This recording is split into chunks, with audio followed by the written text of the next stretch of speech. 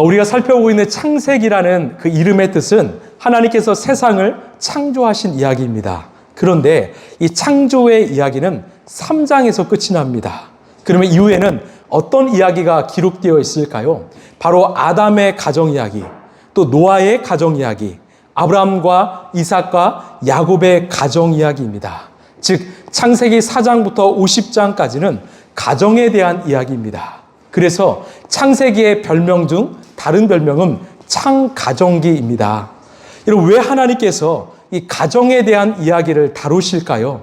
하나님은 당신의 구속사를, 즉 구원사를 가정이라는 그릇을 통해서 흘러가도록 설계하셨기 때문입니다.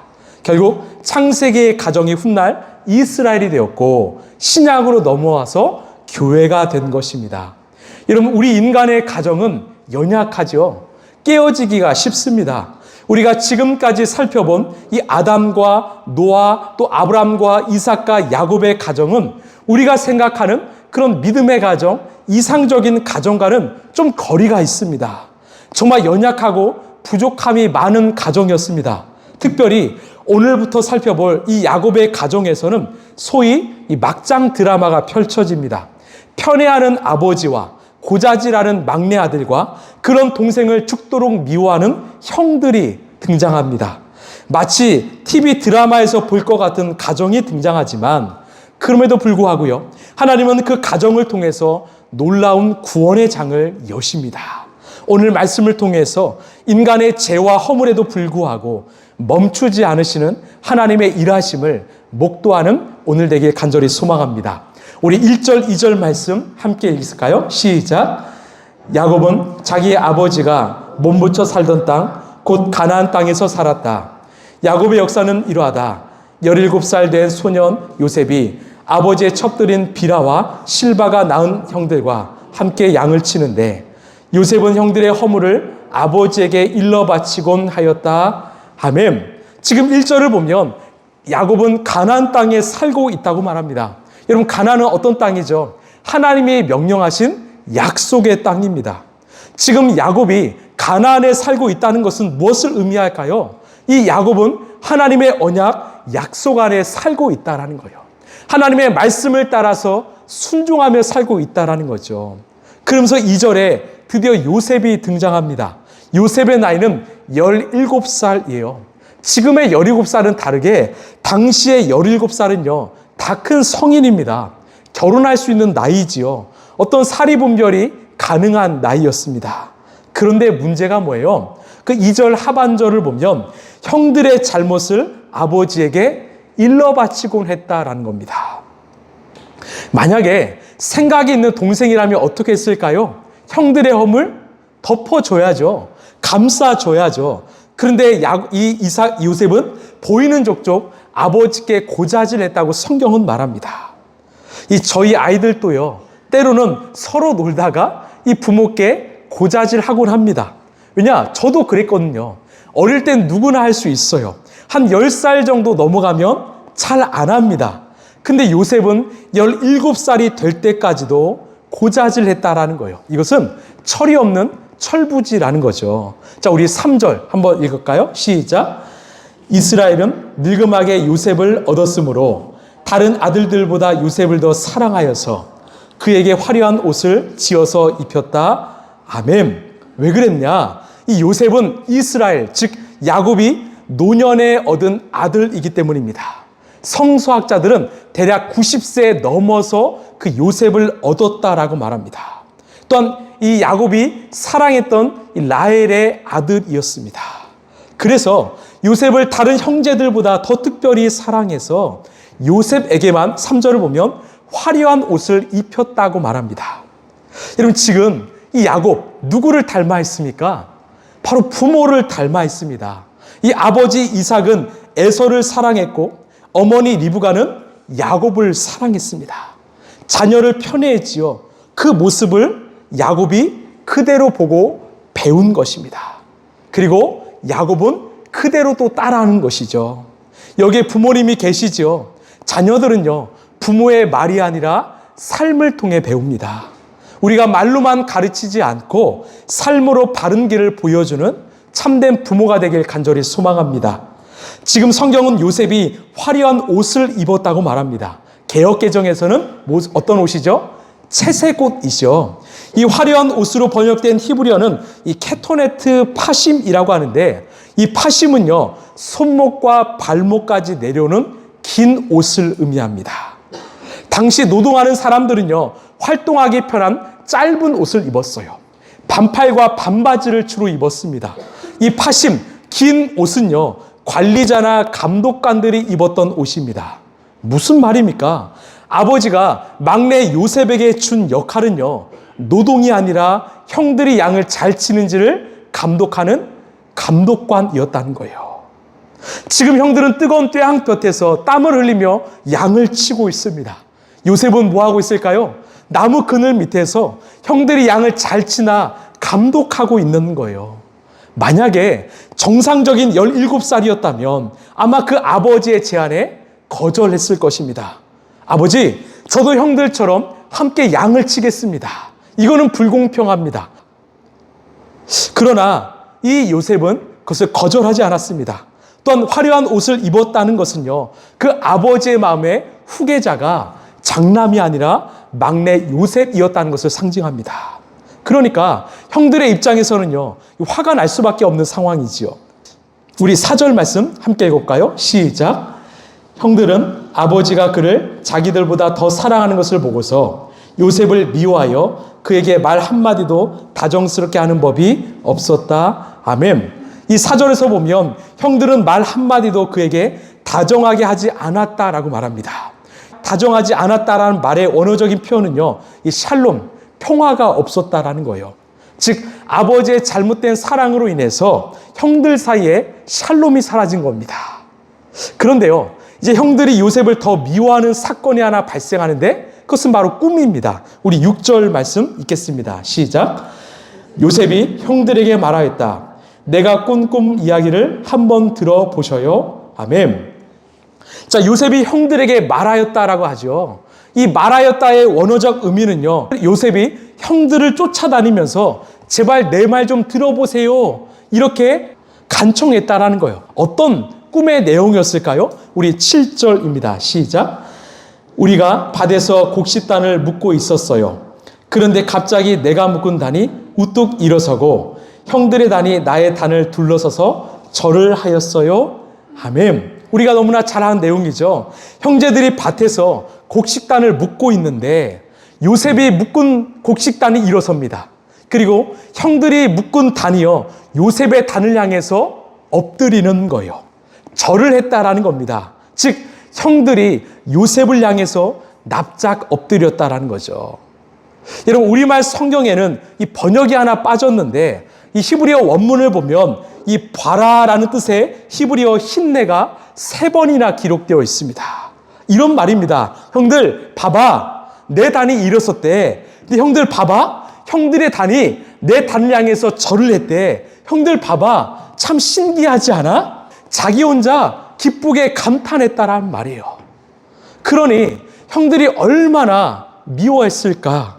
우리 8절 말씀입니다. 시작. 형들이 그에게 말하였다. 내가 우리의 왕이라도 될성 싶으냐? 정말로 내가 우리를 다스릴 참이냐? 형들은 그의 꿈과 그가 한 말 때문에 그를 더욱더 미워하였다. 아멘. 자, 8절을 보시면 그의 꿈과 그가 한 말 때문에 그를 더 미워하였다라고 말합니다. 즉 꿈의 내용도 기분이 나쁘지만 말하는 요셉의 말투가 더 기분이 나쁜 거예요. 자기 혼자 꿈에 심취되어서 정말 감격해서 형 봐봐, 형 봐봐, 형의 단이 나를 향해서 절했대, 이렇게 외친 거지요. 참 눈치도 없고 예의도 없는 그 요셉의 모습입니다. 얼마나 눈치가 없는가. 지금 분위기가 안 좋잖아요. 그럼 우리였으면 멈췄을 것입니다. 그런데 요셉은 멈추지 않았다라는 겁니다. 우리 9절에서 10절입니다. 시작. 얼마 뒤에 그는 또 다른 꿈을 꾸고 그것을 형들에게 말하였다. 들어보셔요. 또 꿈을 꾸었어요. 이번에는 해와 달과 별 11개가 나에게 절을 했어요. 그가 아버지와 형들에게 이렇게 말하였대. 그의 아버지가 그를 꾸짖었다. 내가 꾼 그 꿈이 무엇이냐? 그래, 나하고 너의 어머니하고 너의 형들이 함께 너에게로 가서 땅에 엎드려서 너에게 절을 할 것이란 말이냐? 아멘. 여기서 해와 달은요, 부모님을 말하고 11개의 별은 형제들을 말합니다. 먼저 형들에게 말했고요, 10절을 보면 또 아버지에게 가서 말했다라는 겁니다. 그런데 이 아버지의 반응이 평소와는 다릅니다. 그 말을 듣자마자 요셉을 꾸짖었습니다. 요셉아, 그런 말 하지 마라. 왜 그랬을까요? 아버지 야곱은요, 겉으로는 그렇게 말했지만 속으로는요, 다르게 생각했습니다. 우리 11절입니다. 시작. 그의 형들은 그를 시기하였지만 아버지는 그의 말을 마음에 두었다. 아멘. 이것이 바로 이 아버지 야곱의 마음이었습니다. 아버지는 그 요셉의 말을 듣고요, 그 꿈을 마음에 품었습니다. 왜? 영적인 분별력이 있었기 때문이죠. 두 번이나 같은 의미의 꿈을 꾸었다? 이것은 분명히 하나님의 깊은 뜻이 있겠구나. 그래서 마음에 담아 두었지만 분위기 때문에 형들 앞에서 요셉을 꾸짖었던 것입니다. 여러분, 지금 창세기 37장 1절에서부터 11절에 나타난 요셉의 모습은 어떤 모습입니까? 형들은 열심히 일하는데 자기는 형들의 잘못을 고자질하는 철부지의 모습입니다. 당시 나이 17살이면 충분히 성숙한 나이인데 내가 이 말을 하면 형들의 기분이 나쁠까 안 나쁠까 이 정도는 판단할 수 있는데 그것조차 판단할 수 없는 아주 연약한 아이였습니다. 자기 중심적이고요, 이기적이고 독선적인 인간이었어요. 그런데요, 창세기는 총 50장으로 이루어지고 있는데 이 37장부터 50장까지 무려 14장의 주인공이 바로 이 요셉입니다. 즉 창세기의 4분의 1이 바로 요셉이 가지고 있는 분량입니다. 이 창세기 37장부터는요, 이 창세기의 카메라가 요셉을 맞추고 있습니다. 나중에 우리가 잘 알다시피요, 요셉은 이집트의 국무총리가 되지요. 그리고 죽음의 기근으로부터 이 이집트의 백성뿐만 아니라 주변의 모든 백성들을 구해내는 역할을 감당합니다. 또 요셉으로 인해서 야곱의 가족과 친척들이요, 이집트 땅으로 이주하게 됩니다. 왜 이주하는 것이 중요할까요? 바로 하나님의 약속이 성취되었기 때문입니다. 하나님께서 이 아브라함을 부르시고 그 아브라함에게 하신 언약이 하나 있습니다. 우리 창세기 15장 13절 14절입니다. 시작. 주님께서 아브라함에게 말씀하셨다. 너는 똑똑히 알고 있어라. 너의 자손이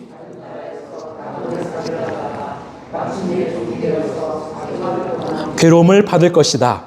그러나 너의 자손을 종살이하게 한 그 나라를 내가 반드시 벌할 것이며 그 다음에 너의 자손이 재물을 많이 가지고 나올 것이다. 아멘. 하나님께서 이 횃불 언약을 통해서 하신 말씀입니다. 여기서 다른 나라는 바로 이집트를 말합니다. 너의 자손이 이집트의 종이 되어서 400년 동안 괴로움을 당하게 될 것이다. 그러나 다시 나올 때는 많은 재물을 가지고 나오게 될 것이다. 이 언약은요, 하나님께서 이 이스라엘 백성들을 이집트 땅에서 훈련시키신다는 것입니다. 그리고 그들을 강하게 하신 뒤에 다시 불러내겠다는 약속입니다. 이 하나님의 약속이 바로 요셉을 통해 이루어지게 된 것입니다. 여러분, 오늘 하나님께서 이 37장의 말씀을 통해서 우리에게 주시고자 하는 메시지가 무엇일까요? 하나님께서 야곱의 12아들 중에 요셉을 택하신 것은요, 요셉이 잘나서가 절대로 아니라는 것입니다. 요셉은 12명의 아들 중에 가장 형편없는 아들이었습니다. 그럼에도 불구하고 하나님은 요셉을 택하셔서 당신의 언약을 이루는 도구로 삼으셨다는 것입니다. 여러분, 왜 그러셨을까요? 여러분, 왜 그랬을까요? 우리는 이유를 알 수 없습니다. 우리가 알 수 있는 것은 단 한 가지, 바로 하나님의 일방적인 은총입니다. 하나님의 은혜 아니면 설명할 방법이 없습니다. 하나님의 절대적인 주권이라는 거죠. 그러면 요셉은 형편없는 자신을 택하시고 사용하신 하나님께 그저 감사만 했는가? 아닙니다. 하나님을 만나자마자 그의 삶이 변화되기 시작했습니다. 요셉은 이후에 이집트로 팔려가서 억울한 종살이, 옥살이를 합니다. 무려 13년 동안 고통스러운 시간을 보내지요. 이 시간은 하나님 앞에서 자기의 삶을 바로 세우는 훈련의 시간이었습니다. 그 시간을 하나님과 동행하며 통과했던 것입니다. 그렇기 때문에 하나님의 약속은 요셉의 삶을 통해서 성취될 수 있었던 것입니다. 여러분, 이것은 우리도 마찬가지입니다. 하나님께서 저와 여러분을 당신의 자녀로 택하신 이유는요, 우리가 잘나서 결코 아닙니다. 우리도 요셉과 똑같은 인간입니다. 때로는 자기 중심적이고요, 독선적이고 또한 말과 행동으로 사람들을 힘들게 하는 사람들입니다.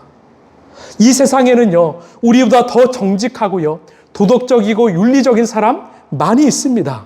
그럼에도 불구하고 하나님이 우리를 택하셨다라는 거예요. 우리를 사용하기 원하신다는 것입니다. 이것은 바로 하나님의 놀라운 은혜입니다. 하나님의 절대 주권이지요. 여러분, 그러면 우리는 어떻게 해야 할까요? 하나님이 우리를 택하셨기 때문에 우리도 하나님의 자녀답게 살아야 합니다. 때로는 하나님이 요셉처럼 우리를 훈련의 광야의 땅으로 보내실 때가 있습니다. 그 시간을 통해서 우리를 하나님이 원하시는, 기뻐하시는 도구로 만드실 때가 있습니다. 우리가 할 수 있는 것은 바로 순종이지요. 여러분, 그러나 걱정하지 마십시오. 요셉도 자기 힘으로 통과하지 않고요, 하나님이 함께 하셨습니다. 우리도 마찬가지입니다. 우리가 기도하면 성령 하나님께서 우리와 동행해 주실 줄로 여러분 믿습니다. 하나님의 도우심, 하나님의 인도하심 속에서 우리는 하나님이 기뻐하시는 도구가 될 것입니다. 우리를 통해서 이 땅에 하나님의 역사를 이뤄가실 것입니다. 말씀을 좀 마무리하겠습니다. 우리도 역시 요셉처럼 참 연약한 존재입니다. 그러나 하나님의 일방적인 은총으로 여러분, 우리가 이 자리에 있음을 여러분 믿으십니까? 여러분, 믿으신다면 지금부터는요, 하나님의 자녀답게 사시길 소망합니다. 하나님과 동행하고요, 하나님의 뜻과 계획에 순종하시길 바랍니다. 그런 삶이야말로 하나님께 영광을 돌리는 일이요, 우리가 마땅히 해야 될 일일 줄로 믿습니다.